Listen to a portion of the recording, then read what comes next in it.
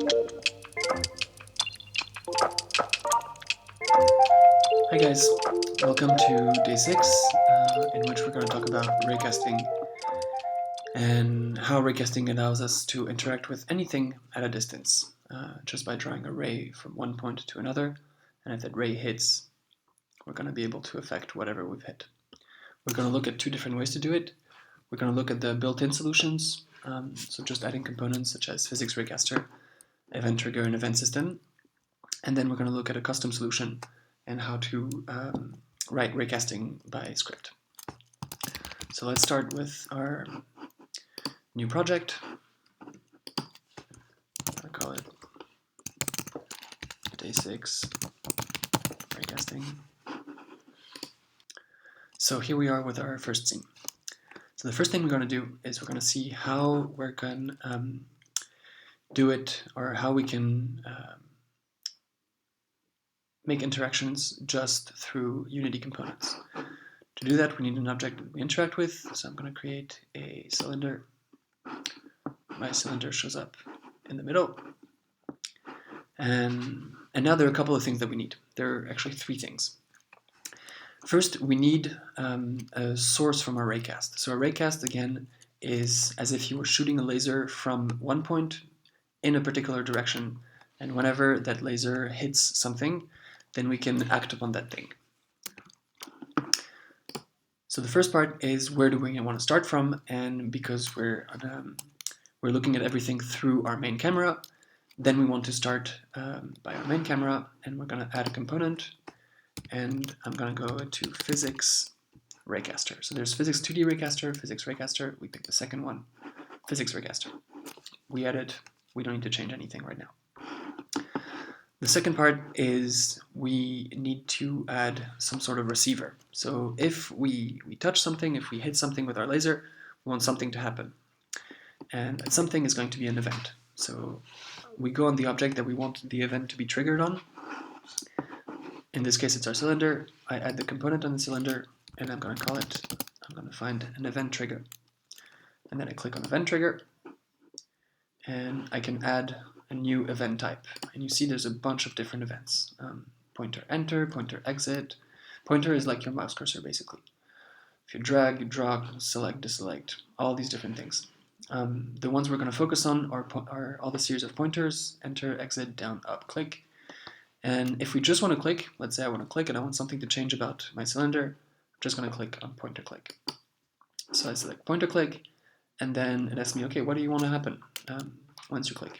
I want a new event, and it's similar to what we've seen with the canvas UI. So we have to pick the game object we want to affect, and then what parts of it we want to affect. In the canvas UI video, we've seen that we can select scripts and select the custom functions that we've written. Since I just want to show you how to trigger those events, and we already know how to then write functions to be triggered by events, I'm just going to focus on the part where something changes. And the something in this case, we just want to say, change the name of the cylinder. Right now it's called cylinder. We're going to change it to like cylinder clicked. So it is the cylinder we want to affect. So we drag this into the object, and then we have a couple of like built-in functions. And in this case, we want to affect the game object, and we want to affect the name. And how do we want to change it? See, we have a field here, and we're going to call it cylinder clicked. So once there is a pointer click event on the cylinder, it's going to affect the name of the selected game object. It's also the cylinder, and it's going to change it to cylinder clicked. The last thing that we need is an event system. So we have the source, the physics raycaster here. We have the receiver, the event trigger here. And we need a way to connect both of the things. And you'll remember that if we want anything in the UI to be interactive, we need this object called event system. And it's the same case here. We need an event system. So we go into game object, into UI, and at the very bottom we see event system. So we select this. So now we have 3 things. We have our main camera with our physics raycaster, our cylinder with our event trigger, and connecting both, we have the event system. Now I'm going to click play. I'm going to click on my cylinder, and you see on the left here the name changed to cylinder clicked.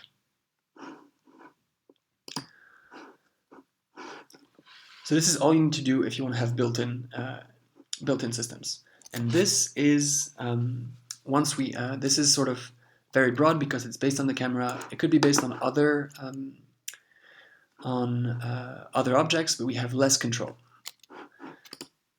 Another situation is what if you wanted to have two different objects interacting with each other rather than a main camera and another object. Let's say we have a cube, and we're going to move that cube a little bit closer to us, a little bit on the left.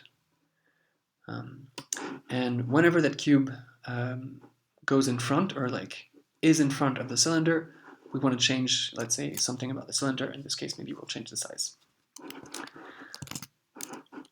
So the first thing is that we need to have a script on the cube that handles the raycasting. So I'm going to create a new component. I'm going to call it raycast manager, which is going to be a new script. Click on new script. The name is raycast manager. It's going to add it as a component, and then let's open it and write some code. So basically, we want to do a raycast at every frame. Every frame, the cube is going to check, is going to shoot a laser from the front, and if anything intersects with the laser, it's going to make that thing get bigger. It's going to change the scale. So we need a couple of things. First we need a variable that's going to hold the information of our raycast. So like the raycast is shooting a ray, and then it hits something, and we're going to store the information about that hit in the raycast hit. I'm going to call it just like hit. And then I'm going to have an if statement saying if the laser interacts with anything, then start doing something with it. So if physics.raycast, and then we need a couple of things. So we need a point of origin, and we're going to say transform.position, which means like the position of the transform of the object that we're attached to, so our cube. And then we need a direction, so transform direction, and then vector3.forward. And this is a somewhat complicated but useful way to write that we want to shoot the laser in the forward direction. We could shoot it in the right, and like direction right, up, left, down, or backwards. In this case, we look in front of us, so we want it to be forward. And the next thing is that we want to give it the variable in which we store the information about anything that we've hit. So we're going to say out, the output is going to be stored inside hit. And finally, we say how far do we want our ray to go? And in our case, let's say I want it to go forever. And so we're going to say mathf.infinity. So if that actually turns out to be true, which means that we have something in our hit, we're going to write debug.log object hit. And let's see if this works for now. So basically, when I move the cube around, at some point it's going to shoot a laser in front of it, in front of it, in front of it. When we get in front of the cylinder is going to be hit, and we should see in our console the message object hit.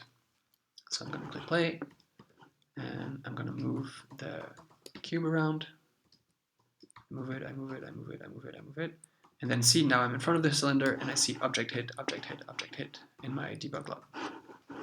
Cool, so now there is interaction at a distance between two objects, our cube and our cylinder. And just for the example purposes, we're going to change the size of that object. So the question is, how do we actually access the object?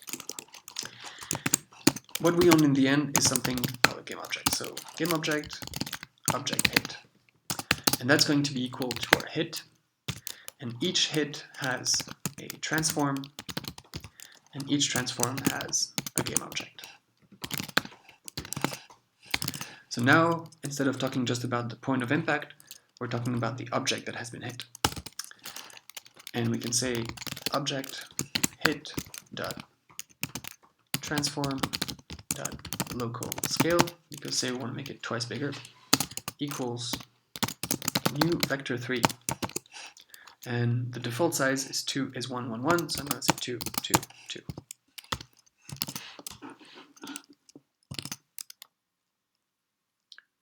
I save it, I go back to the editor.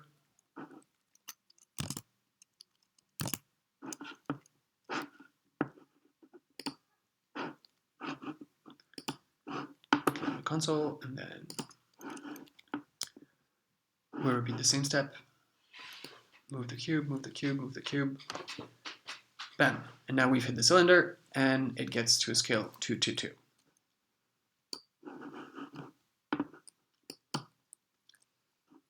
And when we stop playing, it goes back to the original version, right? So you see that anything that you write in here, between line 19 and 21, this is going to affect the object that you've just hit. So we could check, for instance, what is the object that we've hit? Is the name cylinder? Or we could access a component, like the mesh render, or we could access a script, and we could trigger something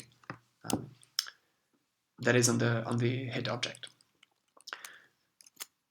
So this is a very short introduction, but a